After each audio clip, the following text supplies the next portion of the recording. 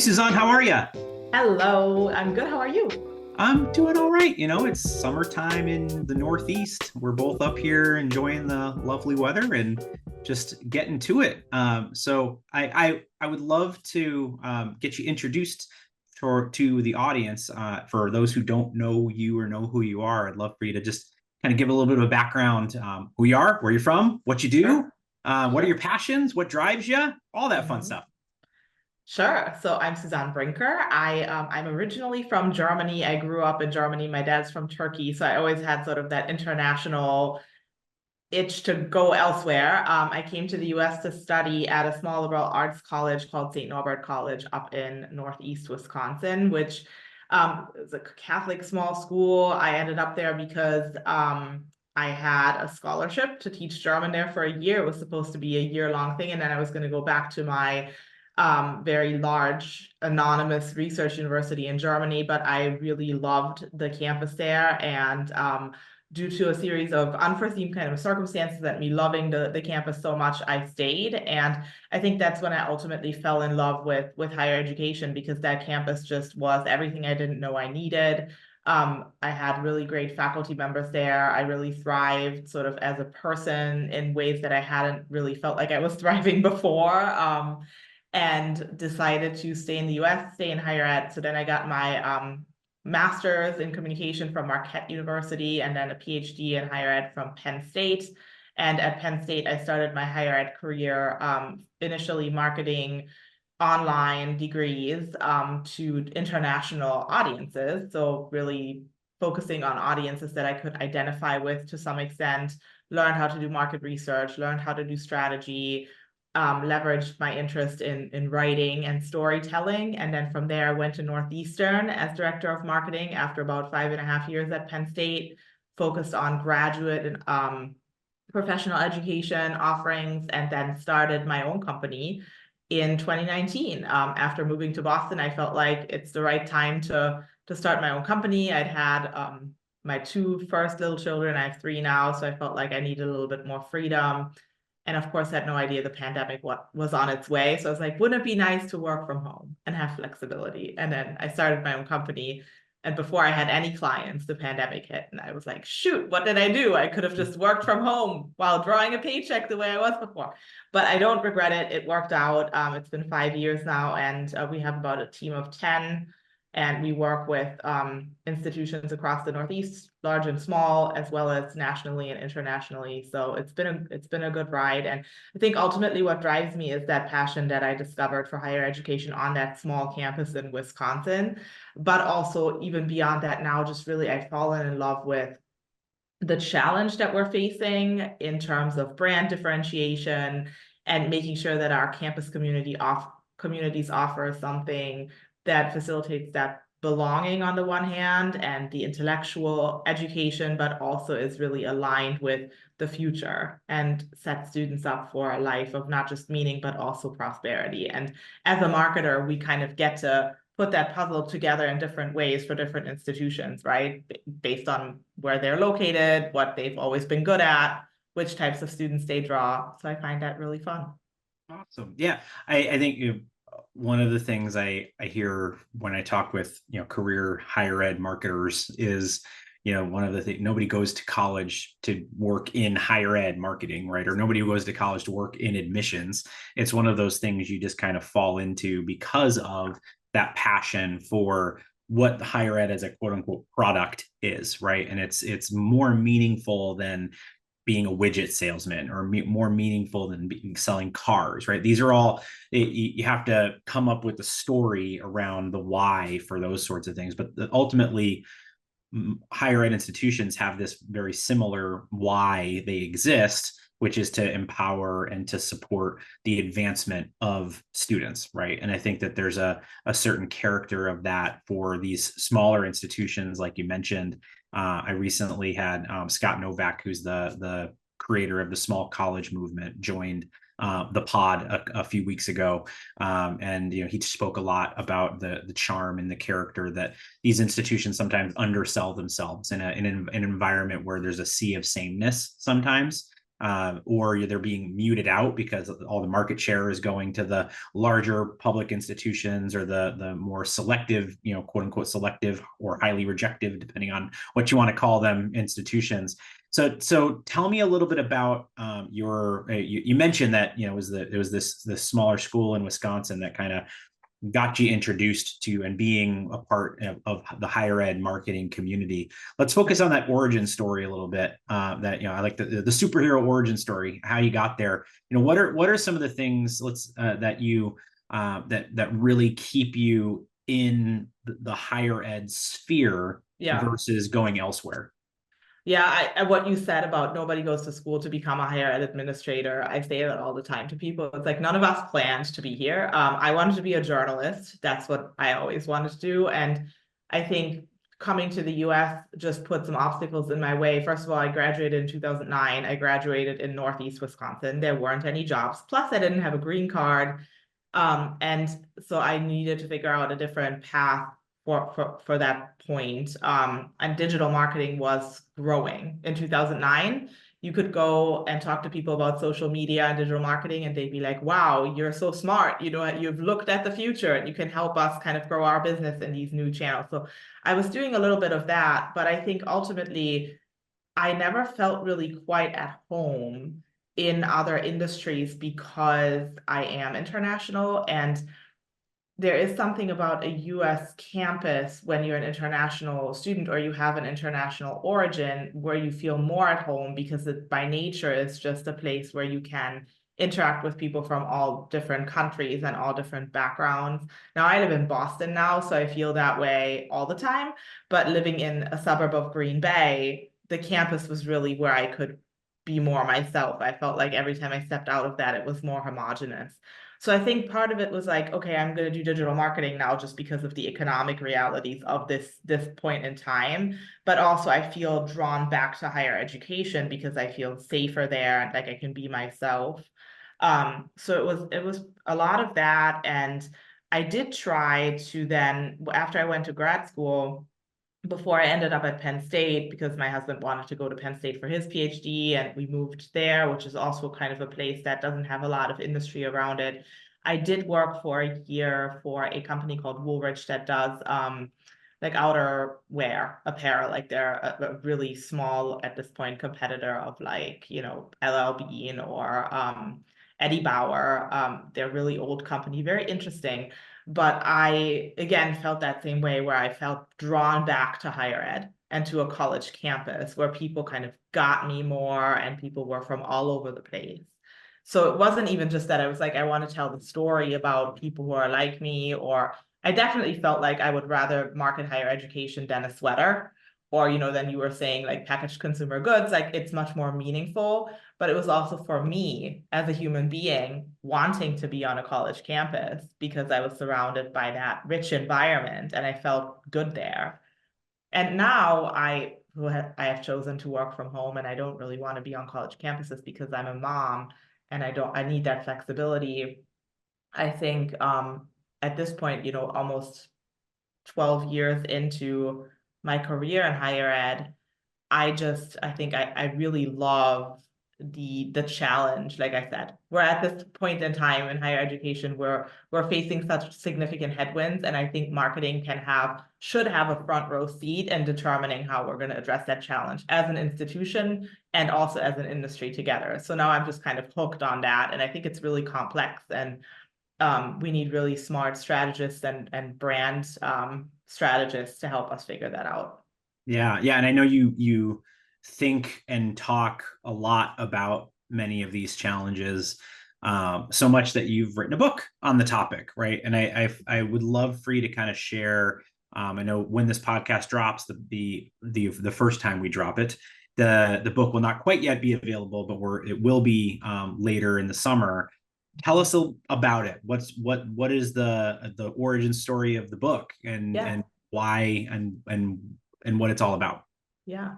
I mean, in some ways, writing a book was kind of a way to feel like I could be a journalist, which is Very what I true. wanted to be. Look at that. And making content about higher ed and bringing different voices together is fun for me. So I wanted to write a book to really challenge myself to put a lot of these concepts and ideas in dialogue with each other. The book is called Pass Fail: The Urgent Need for Strategic Leadership in Higher Education. And it really presents the challenge of, we are at this point in time where we do need to differentiate our institutions. We do need to be market aligned. We shouldn't lose the essence of what's always made our institution special. And we should make sure that we're also mission aligned in addition to market aligned. But what's really going to make that possible? Is it ideas? Or is it the leaders that are running these institutions, the VPs, the CMOs, the VPs of enrollment, the provosts, the VP of advancement, all these different cabinet level positions, VP of strategy, of course, along with the president, the faculty, and the board. Those leaders are the ones who are going to be able to make that change sustainable and effective. And so I wanted to specifically look at 4 areas within higher education. The first one being strategic planning, the second one being brand, the third one really being enrollment with a lens of how do we develop new audiences for our institutions if the audiences that we historically had are perhaps shrinking, which is the case in many institutions. And then the fourth area being culture, which I think is really important too, to look at, because the people that we have working for us are, if we have them motivated and bought in and excited, we're going to get a lot farther than if we have a culture where people feel really alienated from the mission. So I look at those 4 areas, and I did, I think, a total of 13 interviews with different VP level leaders, including some presidents. I was really excited to interview Leo Lambert, who was the president at Elon for 20 years and was really the leader, in my opinion, who helped them transform themselves entirely from kind of a small no-name institution to a leading institution, liberal arts institution in the country. And so how did he do that, right? And he told me some of the stories, and I really wrote the book as a series of case studies, but it was really important to me to also have my own voice and sort of my personal experiences that I've had across the multiple institutional contexts that I've been part of, front and center, because I think people want to read things with a personal kind of lens, right? Rather than just like, here's a punch list of everything you should do every day to make your institution successful. I don't think that that's really compelling or fun to read. So I tried to take a little bit more of a personal approach as well. And in some cases, I think it reads like a career memoir. And then in other places, it reads more like, hey, I interviewed this person, they had really smart things to say. And then in other places, I have sort of these actionable insight bullet points, like here's what you should take away from this chapter before you move on to the next. Yeah, I think so. One of my favorite things to think about when it comes to the stack of books for our YouTube audience, the stack of books next to me, the amazing folks I've had the pleasure of connecting with and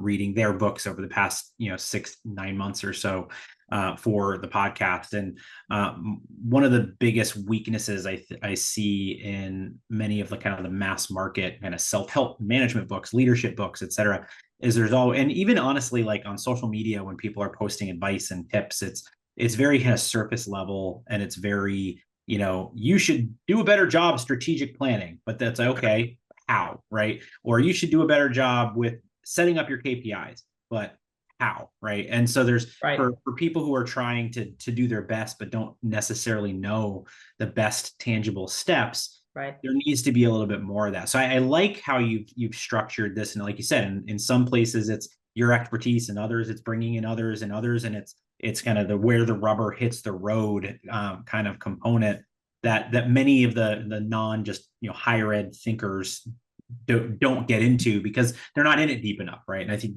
but having your wealth of experience and expertise plus the people that you've interviewed really comes through when and makes it something that is tangible for the audience to actually take something away from. Thoughtfully nurture applicants, personalize retention efforts, and exceed fundraising goals with our Cadence Engagement Platform's text messaging solutions. Designed exclusively for higher ed by higher ed professionals, Cadence helps you engage your audiences with the perfect balance of AI and personal connection. We leverage an intuitively designed interface and easy-to-use texting templates so you can have targeted conversations or scale up to expand your reach. Our powerful smart messaging can respond automatically, exactly how you would. And to measure progress, track your campaigns with unparalleled reports and analytics. Effectively meet your community where they are as we proudly feature an industry-leading 95% read rate within 3 minutes. It's never been easier to make every message count. So to that point, I'd love for you to kind of share a couple of what, we'll focus in on the enrollment area, because that's the majority of the folks that are listening to the podcast for this moment anyway. What are some of the common themes or challenges that you've been thinking about and talking about, and some of the story, a case study or two and recommendations that people might get some value out of? Yeah, thank you. Thank you for saying that too. I think it's really important to surface what's hard and why this is difficult, right? Like if it was as easy as just writing a bullet pointed list, then wouldn't all institutions just be in great shape, and wouldn't it? Right. And I think that's why I wanted to really lead with the leadership piece, because it does take leadership. And so for example, since you're asking about enrollment, I think one of the tensions that I'm encountering, that I encountered just recently when I was fractional CMO at Assumption for a year, front and center in all the cabinet meetings that I was part of, is the tension between mission and revenue. And concretely, that means maybe you're a campus that has historically served a certain population, like in Assumption's case, for example, predominantly the children of white Catholic families. And the market is now changing, and that you can't really survive as an institution without changing your focus in terms of audiences. And so you're going to need to recruit potentially, we talked a lot about Hispanic students because they're still growing in Massachusetts and nationally, and they're Catholic often. So is there potentially an alignment? But I worry that a lot of the institutions, and this isn't about Assumption, but I think on a national level, I worry that a lot of institutions are looking at these new audiences strictly through a revenue generation lens. This is the same thing happens when we're looking at international audiences as like a cash cow, right? If we're like, oh, we can get full paying students from China, let's do that. I think that's a real disservice to our institutions, because in order for those students to have a positive experience, and in order for our institution to continue to deliver on its mission, we have to make sure that they can succeed on our campus. And so I think oftentimes what I've seen is leaders kind of go into their individual camps. So you might have a set of leaders that's really like, nope, we don't want to change anything about our institution and the experience here for whatever reason. And the other side goes into, yeah, but look at the research, look at the market, we have to change everything about ourselves. And all of a sudden they're not talking to each other. And it's just not a good situation. And this happens at the highest level of leadership. And I think we as if we're true leaders, we have to find a bridge and a win-win between those two mindsets. And we have to be able to put data in dialogue with itself.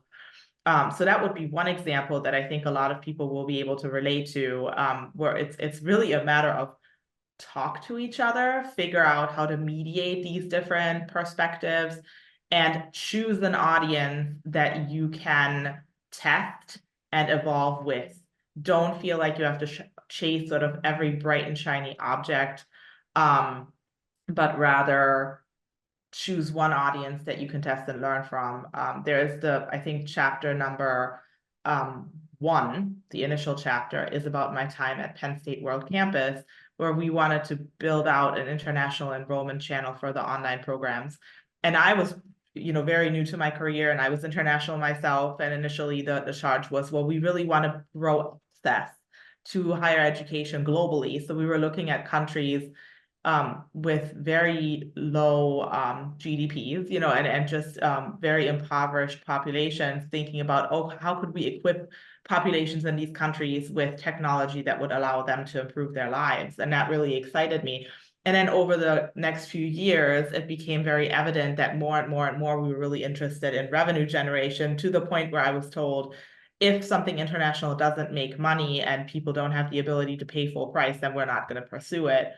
So I think that's a problem, because there should be a way to do both. And I think too few higher ed leaders get into the same room and explicitly talk about these tensions that are at play in their work, and figure out how to create those win-wins. So that's something that I explore in the book, I think, not just in the enrollment sphere, but also across the different other topics that I'm looking at. Yeah, I think it's a fabulous point about that push and pull of, well, we want to support our mission of helping to prepare people for their career, give them advanced skills, provide, for academic curiosity, however you want to package it at the campus is what you're trying to do.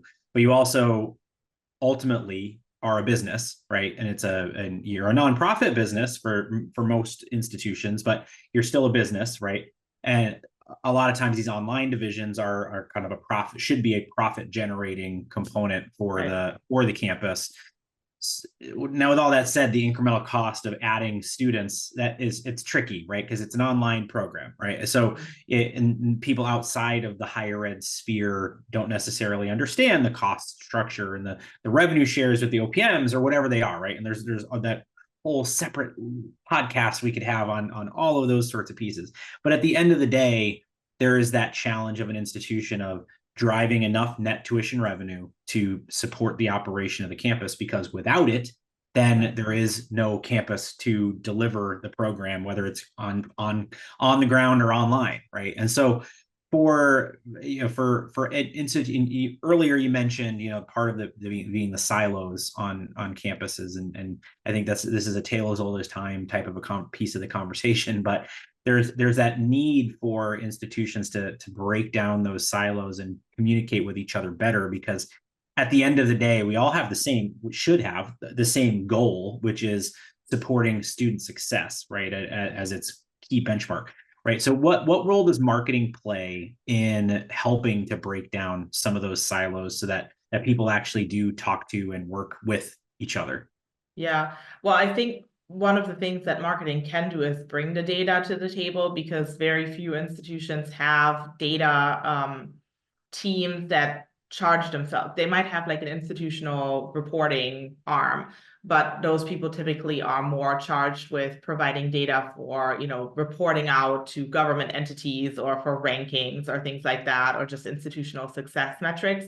But I think the marketing team, which rarely has sort of its separate market research arm, unless it's a really large institution, needs to bring industry data to the attention of leaders who are making decisions about strategy. So it's not enough to just bring marketing data and say, oh, we got this many impressions and then this many clicks and this many leads, we spent this many dollars, and what should we do differently about our marketing campaigns? No, I'm talking about like data about student demand and labor market demand and what's happening across our competitive set in terms of growth and shrinking, and bringing that data, whether it's iPads data, whether it's, you've created a report, you spent some hours kind of reading industry publications and creating trend lines based on that, whether it's you went to a conference and you've kind of taken your best insights that you've gotten and you're presenting them at a lunch and learn. I think too many marketing leaders are not proactive enough in bringing that data to their colleagues and using it to advocate for change. I think when they do that, often they get really frustrated because it's not immediately going to change anybody's behavior or perspective. So again, leadership is about having that patience and that endurance and persistence in bringing those data points to the table on an ongoing basis, but also listening to the responses and what are you gleaning from those responses in terms of what problems your colleagues in enrollment or in the provost's office or wherever it is, what problems are they trying to solve, and what data can you find to help them frame the solutions better? Mm-hmm. So that's one concrete thing that I think marketing can do, but it's certainly not just on marketing to act that way, right? We all need to act that way collectively in an institution to break those silos down more. Yeah, I think marketing can definitely play a very active role, but ultimately it's not marketing's job to be the complete lead in these types of conversations. Right. More of an enabler, but it's also got to be a part of all of these conversations. I remember my freshman year at the University of Hartford, Dr. Charles Kennedy, he was an amazing professor. One of the first things he ever taught us was everything is marketing and marketing is everything. except accounting, right? That's the one area you don't necessarily want to over storytell and market, because then maybe you get in trouble a little bit. But at the end of the day, marketing touches all of these things, because the decisions that are made in these leadership groups impacts prospective students, parents, current Right. students, alumni, community, and who's the one crafting the message, or supposed to be crafting the message to all these different constituencies. It's got to be the marketing department, right? And so at least it should be, and they're the people with the expertise to develop the strategy and the campaign and the messaging, and you got to listen to them. So well, there's a real, I think there's a mentality shift that we have to achieve. One of my favorite interviews that I did was with Jamie Hunt for the chapter on silos and change management. And she and I talked about not just the need for data, but also how marketing teams in higher education are still treated as order takers more often than not, instead of strategic partners. So if you're busy, she called it the Kinko shop, right? If you're busy just taking orders for flyers and brochures and posters for the faculty member's birthday party, and you're not empowered to say no, then you're not going to be that strategic partner that is uncovering insights and bringing them to your stakeholders. So again, it takes those really strong leaders to come into those departments and into those institutions to say, no, our marketing team needs a seat at the table. They need to drive not just our brand, but our product decisions as well, to not entirely, but partially drive product decisions too. Post this flyer on Instagram and make it go viral. That's the job of the marketing department, right? So right, and so there's that education piece too. I think that frustrates me when I was recently fractional CMO, and when I had my in-house roles, is just, you know, the amount of work that we have to do as marketers to educate faculty and other stakeholders about what is marketing and what is not. I'm not the most patient person. Maybe that's why I have to be an entrepreneur, but it's a hard thing to try to educate, you know, hundreds of people on a campus all the time about what your job is and why it shouldn't be order taking. Yeah, but that's part. I posted on this on LinkedIn a month ago or two at this point. It's a similar kind of mindset that you have, is, you know, part of the challenge of the marketing leadership is doing the marketing of your marketing internally, right? And communicating. And that's where a lot of marketing leaders fall short, is they think, oh, I have this great plan, we're going to execute this plan, but they haven't sold the plan to the internal constituents. And so then the plan falls apart because people aren't living into it, or worse, they get fired because people don't believe in their plan. They're not patient enough to see it unfold. And that's self-advocacy, right? As I had a conversation with a CEO at one time, a year and a half, 2 years ago, where the conversation was, you know, we're not going to ever see eye to eye on how to grow this business. And it was like, but I'm executing this amazing marketing plan. I'm just doing a crappy job of articulating how good it is and why it's a good plan. And that's where it all failed. And I think that's an important component from a marketing leadership perspective, is not self-preservation, but in a way self-preservation, but self-advocacy for the effectiveness of a plan. Discover future applicants, delight enrolled students, and amplify fundraising performance with our Cadence engagement platform's live chat and chatbot solutions. Designed exclusively for higher ed by higher ed professionals, Cadence helps you engage your audiences with the perfect balance of AI and personal connection. We leverage proactive outreach and anticipate common roadblocks, knowing the most significant decisions often start with the smallest conversations. Our powerful AI ensures instant support and is smart enough to know exactly when to hand off to a staff member. And if nobody is available, it allows for easy follow-up. Effortlessly integrated with your website, we proudly feature an industry-leading 85% self-service rate. It's never been easier to make every message count. One of my case studies is about Babson College. They have an amazing CMO. I have so much respect for her, Carrie Salerno, and she's been there for almost 6 years. And she was prior to that, she was at Northeastern, which we also cover in the book, a Northeastern case study, because their story talk about transformation. And Carrie has done an amazing job at transforming the marketing team at Babson into more of that strategic partner to the different institutional stakeholders through storytelling, through creating kind of a brand journalism engine. And she recently was talking to me about, she used the term socialization plan, I believe. They had done some market research, and she said, we put together a socialization plan, and we're going to execute that plan over the summer. And I said, that's brilliant. Are you saying you're taking kind of your market research on a roadshow with all different stakeholders? And she was like, exactly, that's what we're doing.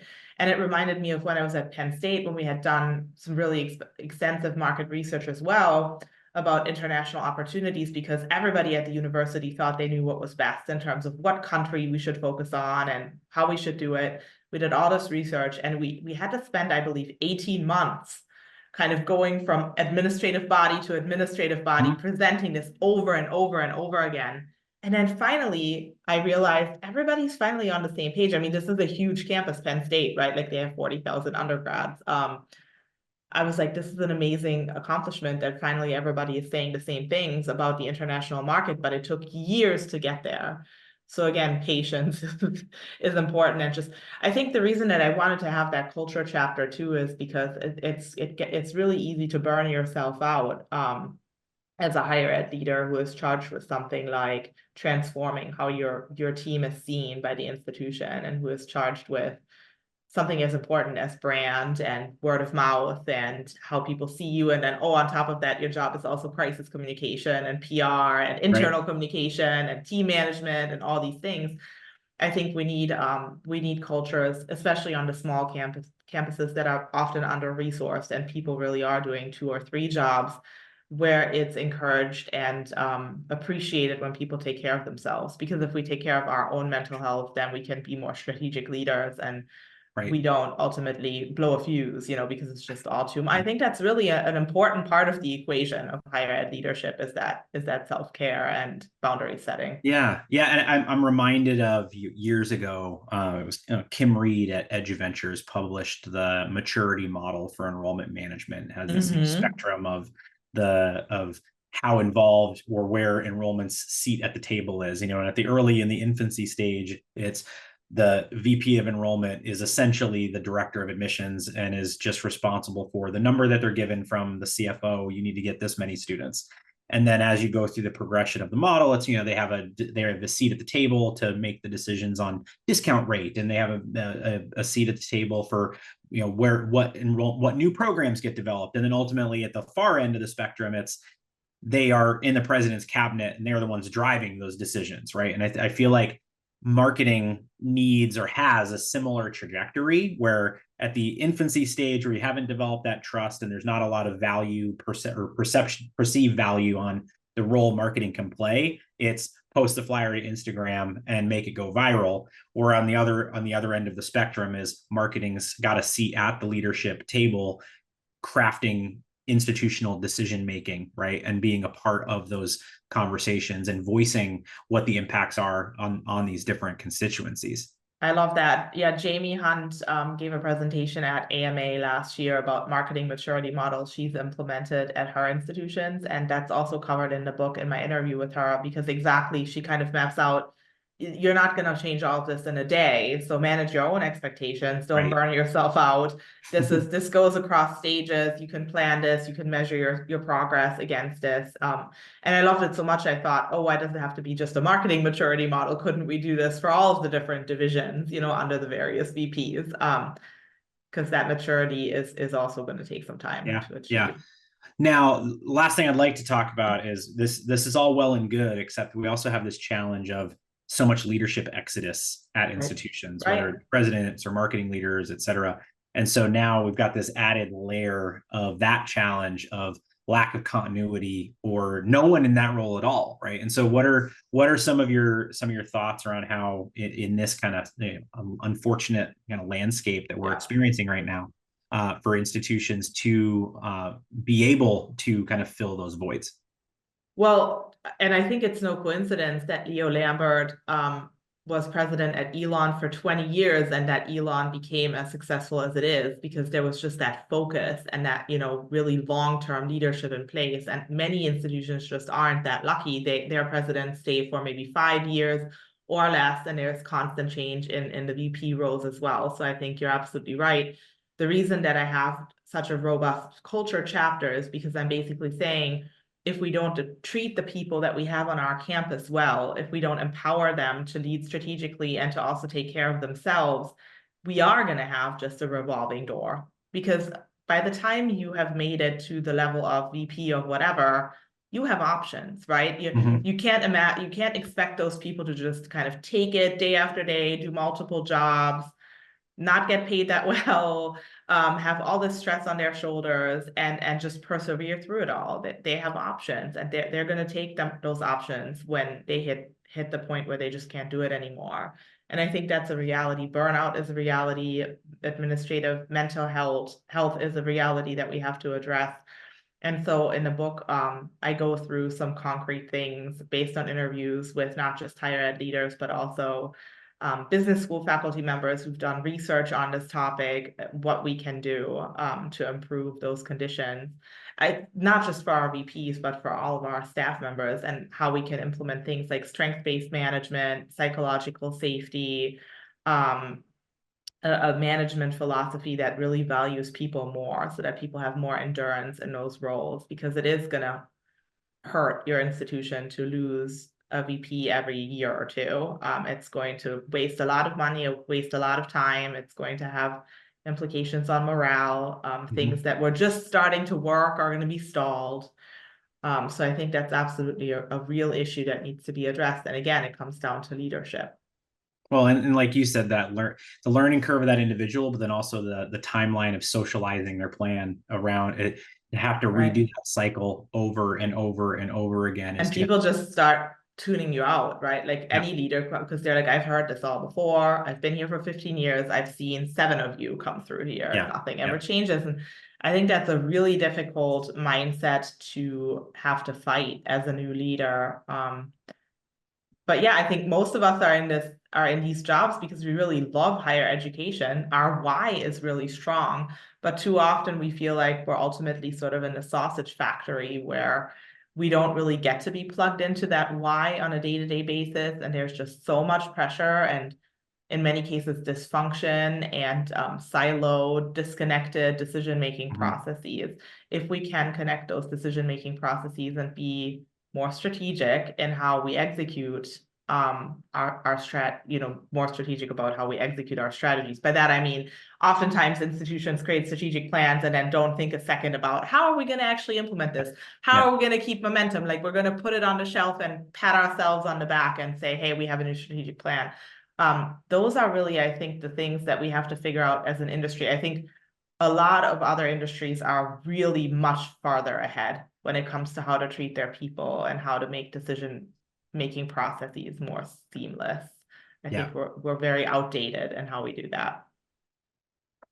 Well, we've given our audience a lot to think about and talk about. I would love for you to share, I know your book's coming out in August or so. How can people stay in touch with you, and how can they get the book when it drops? Yeah, so the book comes out in August, and the best way to stay in touch with me would be by following me on LinkedIn, because I'll definitely be posting about it there. You can find me at Suzan Brinker. That's S as in Sam, U, Z as in zebra, A, N as in Nancy, Brinker. And I'm also still on X, but not really. So you can find me there if you want to. And you can email me at suzanbrinker@vivhighered.com, VIVHIED.com. Also, if you want to get added to my email list and stay in touch via email, I send people very, hopefully valuable, non-frequent updates on content that I create and things like that. But I'll definitely be talking about the book there as well. And the book will be on Amazon when it comes out, and there will be an audiobook version. So I'm really excited about that and hope it adds value to people's lives and daily job responsibilities as well. Awesome. I appreciate it. And for our podcast listeners, we'll put links to all of those methods in our episode notes so they can get in touch with you as well. Suzan, thank you so much again for the time and for the work on behalf of our profession. Putting in the effort to write a book is a big undertaking, and I'm looking forward to getting the firm physical copy when it does come out. So thank you so much again for the time today, and we will see you all next time on FYI. Bye-bye. Thank you. Grow your student community, help them stay, and encourage giving with Cadence, Higher Ed's premier engagement platform from Mongoose. Designed exclusively for higher ed by higher ed professionals, Cadence helps you engage your audiences with the perfect balance of AI and personal connection. Talk to students, parents, and alumni on their time and how they want. Empower your staff with integrated text and chat inboxes that gather all conversations in one place. Reach out to learn more about how our best-in-class service, support, and integrations have helped colleges and universities like yours have smarter conversations. From text to chat, make every message count.